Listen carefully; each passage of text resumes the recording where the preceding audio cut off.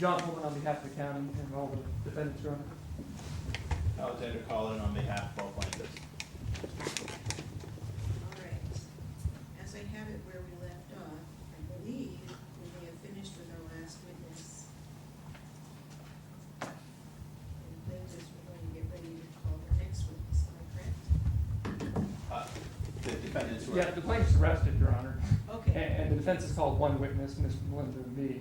That's right. And she concluded her testimony. And in light, and Your Honor, we just received a copy of your under advisement ruling dismissing the improperly pled parties. And maybe if we could, we may be able to come up with some stipulations that can expedite this afternoon, if we could maybe just have a couple more minutes to speak. We have no objection to that, Your Honor. That'd be fine. What I'll do is I'll step down and, just to forewarn you, I need to do a juvenile detention matter 315. I don't know if you've been advised. Yes, So- I have.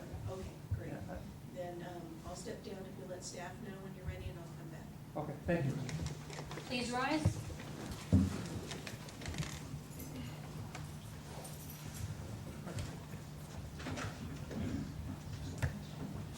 They might not, there's communication about it, I think, right, communication with run back or whatever, on these things. So it's our opinion that depending on the nature of the communication, it might constitute a constructive contract because it applies certain terms of the contract, right?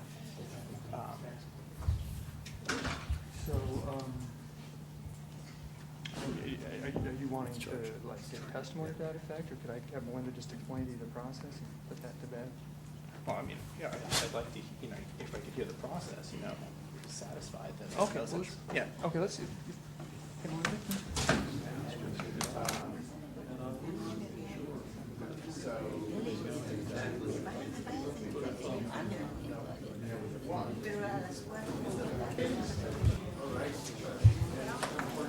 Can you have a seat, please?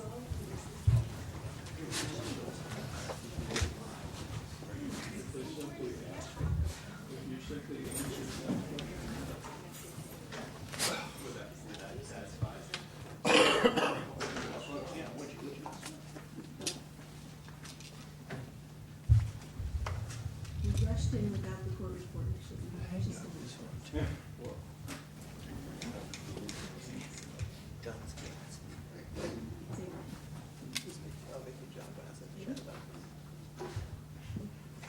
All right, back on the record, CD 14383, were you able to resolve anything? Yes, we were, Your Honor. I guess, first of all, the defendants have no additional witnesses to present. And at this time, we have come, what we hope is some stipulations that will streamline the remainder of this litigation. First and foremost, since our most recent hearing, the defendants were able to contact the Secretary of State and receive additional direction. We were also able to contact by telephone an expert witness from across the country, and we were able to get some written correspondence with him. And based on all of our further research, we have evaluated requests number 5 through 9 and have determined that those do not pose a substantial risk to the electoral process, as well as as far as we understand, that those are benign requests. And so this time, as part of our stipulation, the defendants will be delivering to the plaintiffs our interpretation of what numbers 5 through 9 were. And I think based on the testimony that you heard previously from the expert witness, some of those requests are a little duplicative. And so again, we try to interpret those requests as accurately as possible. There is some duplicative information in them, but I do have a CD with all of the information requested on numbers 5 through 9. With respect to 1 through 4, we've been kind of going back and forth with the plaintiffs about what to do with that. It's our understanding, part of the issue, as the court is aware, several of those requests were related specifically to an entity known as Runbeck Inc. And as testified by Ms. Melinda Meek, the county does not have any affiliation, any contractual relationship with Runbeck. We do, however, have enlisted the services of an individual up in the Phoenix area named Bill Doyle. And as part of this stipulation, the plaintiffs have agreed, or the plaintiffs had asked us, they're calling it a modification of the previous request. We're actually calling it a new request for all the information that we have associated with Bill Doyle for the last 5 election cycles. And the county has agreed to retrieve that information as soon as possible. We're hopeful that we can have that by the 15th, by October 15th, the next hearing setting. However, I do want to advise the court that our IT director, Raul Mavis, will be taking some time off between now and then, so we're not sure. We'll advise the court if it is a problem. It's our assumption that it won't be a problem, but we do need to, we will have committed to retrieving the records associated with Bill Doyle and the elections department, associated with the printing of ballots and any type of agreements that were made in email exchanges between the county and Mr. Doyle. And Wait, let me make sure I understand. So you're interpreting 1 through 5, just substituting in Mr. Doyle's name as in place of Runback? specifically, Your Honor, 2 and 3, those are the only ones that specifically reference Runback. Your Honor, and if we could get on the record that our position, of course, is that the August 18th email to Chairman John Maynard clarified that those didn't have to be with Runback Inc. They could be with whoever printed the ballots or whoever the vendor was for number 1. So we'd just like to read that into the record. That's our position. Go ahead, Mr. Lincoln. Wait, sorry. So 1 and 4 are not applicable, or is there something about 1 and 4? Well, as part of our agreement, Your Honor, the county has agreed to research any correspondence between Bill Doyle and the elections department of this county. And so, yeah, and that may relate.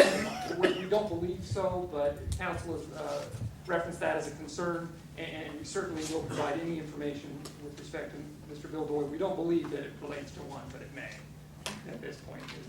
Those overlap as well.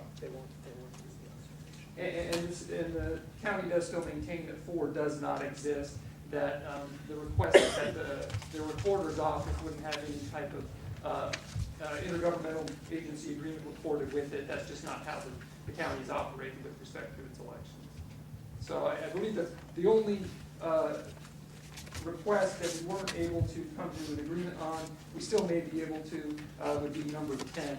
And we would like to submit that to closing argument the next time we appear before the court, after plaintiffs have had the opportunity to review the CD that we're handing them today, as well as the return on the research for Mr. Doyle. Is that correct? Your Honor, that's that's correct in my understanding. Is that the way the plaintiffs have understood? The 2 plaintiffs remaining have understood? Yes. Yeah. Yes, sir. Your Honor, it's goodbye us. Goodbye them. Okay. So we're gonna break today, come back on the 15th, in case there's disagreement about what's been produced by the county or what's been discovered by looking into the 1, 2, and 3 requests regarding Mr. Doyle. And at that time, we want to do the argument with regard to number 10. And Your Honor, at that point, Is that correct? Yes, no? Yes, Your Honor. Okay. And just one thing that I would add is at that point, if we still have the issue of fees yet to resolve, we will have more oral arguments on the fees.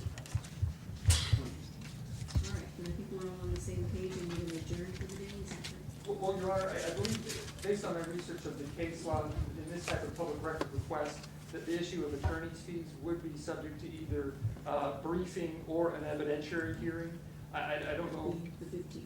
Okay, so I guess between now and then, the defense would need some type of indication of the fees that are being requested and an itemization of that. That comes after.